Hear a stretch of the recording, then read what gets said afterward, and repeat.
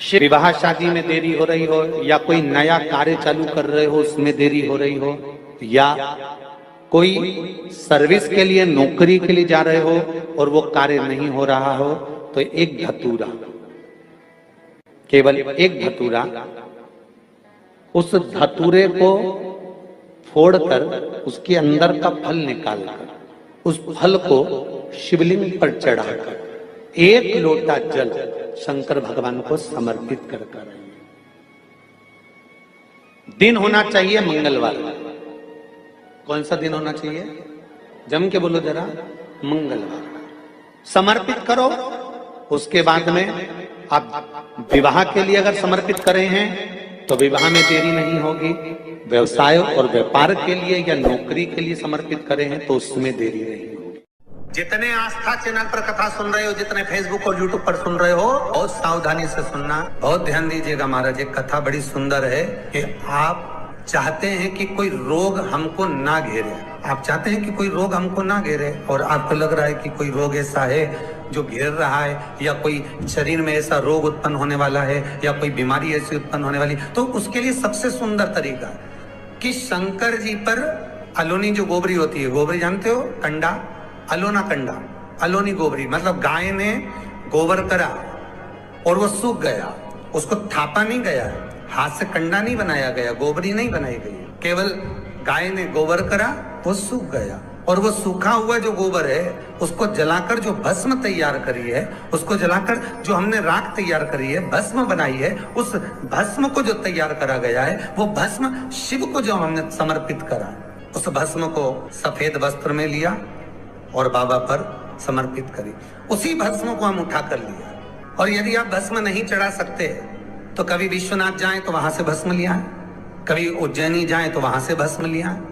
उस भस्म को हम यदि अपने नाभि से वक्ष स्थल के मध्य में त्रिपुंड लगा लेते हैं, जीवन में अगर आप मात्र एक महीने में एक बार भी त्रिपुंड अपने वक्ष स्थल के नजदीक में नाभि से ऊपर अगर लगा लेते हैं महाराज, तो ऐसा कोई बड़ा रोग आपकी जिंदगी में प्रवेश कर ही नहीं सकता। इस शरीर के अंदर, इस शरीर के अंदर भस्म में जो सुख है, भस्म का जो आनंद है, भस्म का जो रस तत्व है, उसको यदि एक छोटा सा प्रैक्टिकल आप करके देखेंगे तो बाबा कुबेर भंडारी वैसे ही भंडार भर देगा। थोड़ा सा प्रयास, अगर आपके सबके घर में गंगा जल है तो एक प्रयास करके देखिएगा। कोई कार्य के लिए आप जा रहे हैं और वो कार्य अटक रहा है, नहीं हो रहा, बहुत प्रयास कर लिया, बहुत दिन से लगे हुए कि ये काम होना ही चाहिए, ये काम बहुत जरूरी और होना ही चाहिए, नहीं हो रहा। एक कटोरी में गंगा का जल निकाल लीजिए और कटोरी में गंगा का जल निकाल कर तुम्हारे घर में एक सिक्का पड़ा हो, 1 रुपया, 2 रुपया, 5 रुपया, कोई सा भी एक सिक्का पड़ा हो, जो भी सिक्का पड़ा हो, कुंदकेश्वर महादेव का नाम लेकर, जहां परिंदा होता है, पानी का मटका होता है, पितरों का स्थान होता है, हंडा भरते हो, मटका भरते हो, उसके पास में उस कटोरी को रखकर 1 का सिक्का, 2 का सिक्का, 5 का सिक्का, 10 का सिक्का, जो तुम्हारे पास सिक्का पड़ा हो, जो भी तुम्हारे पास पड़ा हो, वो सिक्के को हथेली में लेकर कुंदकेश्वर महादेव का नाम लेकर उस कटोरी में डाल दीजिए और उस जल को नैनों से लगाकर आप काम के लिए निकल जाइए। वो काम आपका सफल होकर ही रहेगा, छूट नहीं सकता। गंगा के जल में वो बल होता है। और आप जो सिक्का डाल रहे हो वो ये समझ कर डालें कि कुंदकेश्वर महादेव को मैं गंगा में स्नान करने के लिए, हमारे यहाँ पहले हमने भी देखा, आपने भी देखा होगा, किसी जब बारिश नहीं होती है या कोई काम अटक जाता है, जब बारिश, तो क्या करते थे पहले के जमाने में कि मंदिर को पैक कर दे, उसमें पानी भर दे शंकर जी के ऊपर। आपने कई जगह देखा होगा, उसमें शिव जी को डुबा, तो किसके लिए डुबाते थे? कुंदकेश्वर महादेव के। ये नियम है कुंदकेश्वर महादेव का। ये कुंदकेश्वर महादेव को उस कटोरी में, उस बाटकी में सिक्के को, और फिर जब आपका काम हो जाए, आप जिससे मिलने गए हो, जिससे काम की बात करने गए और काम हो गया, तो वो जल ले जाकर सिक्के के साथ, सिक्का तो डालो मंदिर में, कहीं दान पेटी आदि में, और वो जल भगवान कुंदकेश्वर के नाम से शिव जी को समर्पित कर दो। बाबा से विनती करो, बहुत बहुत साधुवाद है बाबा, आपने मेरी लाज रख ली, तेरी कृपा बनी रहे, बस ये सुख मिलता। उसको धन्यवाद दो बाबा को बार बार। हम तो रोज कहते, रोज प्रतिदिन उठो और उठते सी धन्यवाद दे दो, धन्यवाद, उठते सी कहो। शिव को प्रिय है पुष्प में आंख का पुष्प, जो आंकड़े का पुष्प होता है शंकर को बड़ा प्रिय है। और दूसरे नंबर पर शंकर को प्रिय है शमी का पुष्प, बहुत ध्यान देना महाराज। तीसरे नंबर पर शंकर को प्रिय है महाराज सरसों का पुष्प। सरसों होती है ना, जो राई अपन बोते हैं, सरसों बोते हैं, उसमें पीले कलर का जो पुष्प लगता है। हमारा तो निवेदन रहता है जब तक सरसों आए तो प्रयास करा करो कि सरसों के 108 पुष्प शंकर भगवान पर चढ़ाना प्रारंभ कर दो। महाराज ये पक्का है कि वर्ष भर कोई बड़ी बीमारी आपको घेर नहीं सकती अगर सरसों के फूल शिव को चढ़ रहे हैं तो।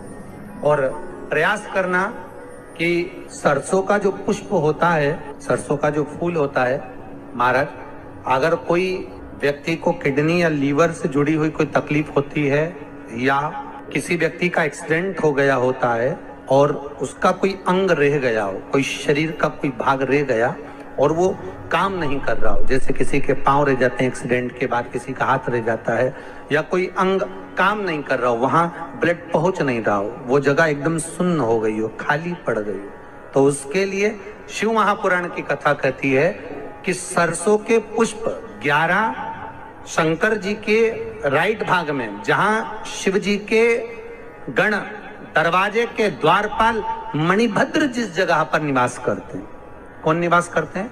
मणिभद्र। शंकर जी के दरवाजे के द्वारपाल हैं मणिभद्र जी, तो मणिभद्र दरवाजे के द्वारपाल में राइट भाग में मणिभद्र जी विराजते हैं। मतलब राइट भाग कौन सा हुआ? जब आप मंदिर से बाहर निकलेंगे तो राइट भाग, मंदिर में प्रवेश करेंगे जब राइट नहीं होना चाहिए, आप मंदिर से जब जाएं तो राइट भाग। मतलब आप मंदिर से राइट से जाएंगे तो शंकर जी का भी राइट हो जाएगा, क्योंकि शिव जी ऐसे बैठे हैं तो शंकर जी का भी राइट हो गया, देवता उनका भी राइट हो गया, तो राइट भाग सीधा हाथ मणिभद्र जी का स्थान। 11 सरसों के पुष्प मणिभद्र के उस द्वार पर आप रख दीजिए और मणिभद्र के द्वार पर रखकर अंदर जाकर 108 वापिस जब आप बाहर निकल रहे हैं, ये पुष्प आप रखने के बाद एक बार बाहर जाएंगे, फिर वापिस आएंगे मणिभद्र रखने के बाद, और अंदर जाकर 108 सरसों के पुष्प शंकर को समर्पित करेंगे महाराज। उस सरसों के पुष्प जो शिव जी को आप समर्पित कर रहे हैं उसको वापिस लेकर आएंगे, श्री शिवाय नमस्तुभ्यम बोलकर उस सरसों के पुष्प को महाराज सरसों के तेल की बोतल में उसको डाल लीजिए। शंकर भगवान को शाम के समय प्रदोष काल में उस तेल को वापस ले जाकर चढ़ा दीजिए शिव जी को, उसको वापस लेकर आ जाइए। उस तेल का प्रयोग आप नाभि में डालिए और जो शरीर काम नहीं कर रहा उस स्थान पर कम से कम 15 दिन 20 दिन तक उसकी मालिश करना प्रारंभ करिए। बाबा चाहेगा तो चलाने का प्रयास कर देगा और वो अंग वो शरीर काम करने लगेगा। मणिभद्र का स्मरण। सूर्य नारायण भगवान को जब जल चढ़ाया जाता है, हाथ सिर से 8 इंच की दूरी पर होना चाहिए। जम के बोलिए, सिर से कितना ऊंचा होना चाहिए? 8 इंच ऊपर अपना हाथ होना चाहिए मस्तक से सूर्य को जल चढ़ाते समय। और ना चांदी का, ना स्टील का, ना लोहे का, ना प्लास्टिक का, ना कांच का, ना सोने का कोई बर्तन, ना कांसे का, ना एल्युमिनियम का, ना पीतल का, केवल एक पात्र होना चाहिए, वो है तांबे का। काय का पात्र होना चाहिए? तांबे का पात्र। और सूर्य नारायण भगवान को जब 8 इंच ऊपर तुम्हारा हस्त है और जब हम सूर्य को जल चढ़ा रहे हैं, कैसे जल चढ़ाना है वो भी समझ लीजिए। अगर कोई कैंसर का मरीज है जिसके चेस्ट में कैंसर आ गया हो, लेफ्ट में राइट में कहीं पर कैंसर आ गया हो या कोई गठान आ गई हो, तो महाराज आप जल चढ़ाते समय उस जल की धार को सूर्य भगवान को जब चढ़ा रहे हो तो धार आपकी गठान की ओर जाना चाहिए, जिससे सूर्य की किरण उस जल में से आपके उस स्थान पर पड़े, उस जगह पर पड़े जहां पर गठान है। महाराज आप लगातार जल तो चढ़ाना चालू करो, अच्छे अच्छे डॉक्टर फेल हो जाएंगे और कह देंगे गठान ठीक हो गया। आपका लीवर और किडनी गड़बड़ कर रहा है, हार्ट, आपके हार्ट में अगर तकलीफ है, डॉक्टर ने कह दिया कि इसमें नस चौक है, कहीं ना कहीं छल्ला डलेगा, आपको कह दिया इसमें कुछ ना कुछ प्रॉब्लम आ रही है, आप सूर्य को अर्घ देना चालू कर दो, सूर्य को जल चढ़ाना चालू कर दीजिए। आप सूर्य को जल चढ़ाओ, वो जल की जो तरंग आ रही है, वो जल जो निकल कर जा रहा है, उसकी जो किरण आपके हृदय पर, आपकी छाती पर पड़ रही है, नाड़ियों में पड़ रही है, नसों में पड़ रही है, उसका बल देखो तो शरीर 1 महीना लगातार चढ़ाओ तो 15 दिन 20 दिन कर तो देखो। सूर्य नारायण भगवान को जल चढ़ाते समय आपके पंजों की एड़ी ऊंची नहीं होना चाहिए। आपका पंजा पांव का पूरा जमा होना चाहिए भूमि पर। हाथ कितने इंच ऊपर? 8 इंच ऊपर होना चाहिए। जल जो गिरे, सूर्य की किरण, सूर्य का दर्शन उस जल की रोशनी में करना चाहिए। जिस बच्चे को आंख में चश्मा लगा हो, मोटे से मोटा चश्मा लगा हो, छूट नहीं रहा हो, तो थोड़े दिन उसको सूर्य का अर्घ चढ़वाना चालू कर दो और जल में से सूर्य का दर्शन कराना चालू कर दो। 2 महीना 2.5 महीना बहुत है, आंख की रोशनी बढ़ जाएगी, चश्मा हट जाएगा। एक बात और कहना चाहूंगा, अगर आप लोग स्वीकार करेंगे तो, अगर कहीं आपको लगता हो कि बच्चा पढ़ने में कमजोर है, विद्या में कमजोर है, रिजल्ट अच्छा नहीं आ रहा, पढ़ने में कमजोर है, वो पढ़े अपनी जगह पढ़े, वो कार्य करे अपनी जगह करे, मेहनत करे अपनी जगह करे। बच्चों को कह दो कि कुछ समय के लिए सूर्य को अर्घ देना चालू कर। सूर्य की किरण जहां पर ब्राह्मण या हिंदू धर्म का व्यक्ति मस्तक पर तिलक लगाता है, भुकुटियों के बीच में उस सूर्य की किरण इस भुकुटी के बीच पड़ना चाहिए, परंतु पानी कम से कम ना करते हुए स्लो मोशन में धीरे धीरे गिरना चाहिए, एकदम धीरे धीरे। तो यहाँ एक रेखा सूर्य की किरण से पड़ती है। एक कौन सी सब्जी होती है जो पितृपक्ष में ब्राह्मण को भोजन कराते समय नहीं बनाई जाती? एक तो कुमड़ा, दूसरा पत्ता गोभी, जो बंद गोभी होती है ना, वो बंद गोभी जो होती है ना पत्ता पत्ता वाली, उसकी भी सब्जी पितरों के ब्राह्मण अगर भोजन करता है तो उसमें नहीं बनाई जाती।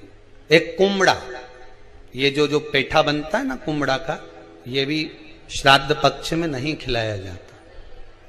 बुरा कोला पेड़ा बोलते हैं, क्या बोलते हैं उसको, उस श्राद्ध पक्ष में उसको भोजन में नहीं दिया जाता, ब्राह्मण के भोजन। श्री शिवाय नमस्तुभ्यम, सब बोलिए एक बार जमकर, श्री शिवाय नमस्तुभ्यम।